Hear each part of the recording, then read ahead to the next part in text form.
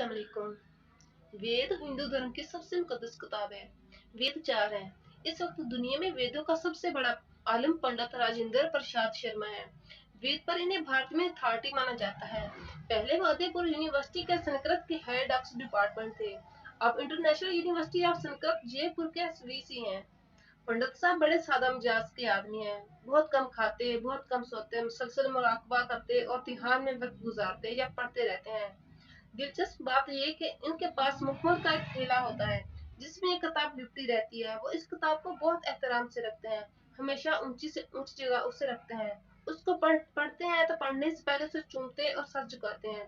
पंडित साहब के खास शागिर्द अमेश कुमार नो मुस्लिम का कहना है कि मैंने एक दिन मौका पाकर उनसे मालूम किया कि पंडित जी ये कौन सी किताब है जिसका आप वेदों से भी ज्यादा एहतराम करते हैं और इतने अदब से इसको पढ़ते हैं। इन्होंने बताया कि ये कुरान शरीफ है। मैंने कहा, आप भारत के इतने बड़े हिंदू मजहब के रहनुमा होकर कुरान शरीफ क्यों पढ़ते रहते हैं? इन्होंने कहा, बेटा तुम सत्या के सच्चे राही हो, इसलिए तुमसे बिल्कुल सच कहता हूँ। वेदों ने बहुत जगह कहा है कुरान शरीफ आ जाने के बाद इस आखिरी किताब को पढ़ें, ये सच्चे मजहब की आखिरी मुकम्मल किताब है। ये कहकर बहुत ही अदब से इन्होंने कुरान शरीफ सर पर रख लिया। मैंने गुरुजी से कहा, गुरुजी हमारे धर्म गुरु हिंदुओं को क्यों नहीं बताते? फिर तो सारा हिंदू मुस्लिम झगड़ा ही खत्म हो जाएगा। वो बोले, मेरे इस प्यारे बेटे, अब धर्म कहाँ रहा? धर्म के चोले में लोग कारोबार कर रहे हैं, ये खत्म हो जाएगा। मगर सही वही है जो मैंने तुम्हें बताया। मैंने चाहा था कि इस पर एक किताब लिख दूं और देश में एक आवाज लगाऊं, मगर मुझे बहुत से लोगों की तरफ से, जो बड़े बड़े मुठों के गुद्दियों पर बरजुमान हैं, धमकियां मिलने लगी। बस मैंने भी हिम्मत हार दी। मैंने पूछा, गुरुजी आप कुरान शरीफ तक किस तरह पहुंचे? उन्होंने बताया कि मैं उदयपुर यूनिवर्सिटी में क्लास लेकर कुछ स्टूडेंट के साथ घर आ रहा था। रास्ते में एक मुसलमान के घर से कुरान शरीफ की आवाज आ रही थी। मेरा दिल और मेरी रूह उस आवाज की तरफ बहुत खींची।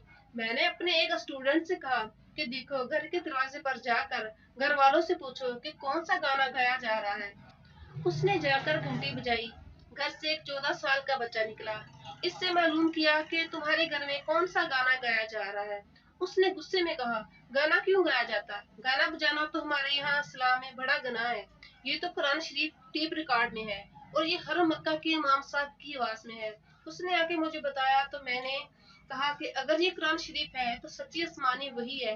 वो बोले, ये आप कैसे कह रहे हैं? मैंने कहा कि वेदों को सुनकर और पाठ करके जैसे दिल से गंदगी और पाप के बादल से छुटते हैं, उससे 100 गुना ज्यादा सिर्फ उसकी आवाज से दिल साफ हुआ जा रहा है। उसके बाद मैंने कुरान शरीफ की तिलावत करना शुरू किया और बहुत से मुसलमानों से कुरान शरीफ मांगा।